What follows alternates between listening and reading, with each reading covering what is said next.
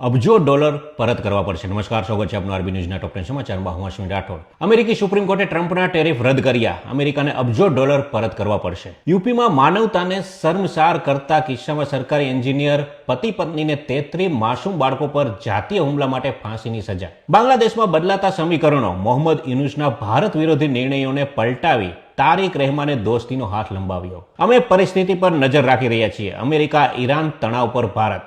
નક્સલ મુક્ત થયું બિહાર। 25 વર્ષીય નક્સલી સુરેશ કોડાના આત્મસમર્પણ બાદ પોલીસનો દાવો। ભારત અને બ્રાઝિલ વચ્ચે ટ્રેડ ડીલ પર હસ્તાક્ષર થયા। વડાપ્રધાને કહ્યું, આતંકવાદ વિરુદ્ધ બંને દેશો સાથે। ટ્રમ્પનો 10% વૈશ્વિક ટેરિફ 150 દિવસ સુધી અમલમાં રહેશે। છૂટ ધરાવતા સામાનોની યાદી થઈ જાહેર। ભારતીય મૂળની આશા શર્મા માઇક્રોસોફ્ટ ગેમિંગના સીઈઓ તરીકે નિયુક્ત। પાકિસ્તાનની જેલમાં ગુજરાતના 128 માછીમારો બંધ। 2 વર્ષમાં 3ના મોત। સરકારે આપ્યા આંકડા।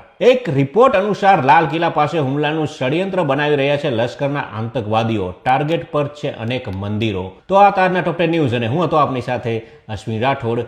જય હિન્દ, જય ભારત।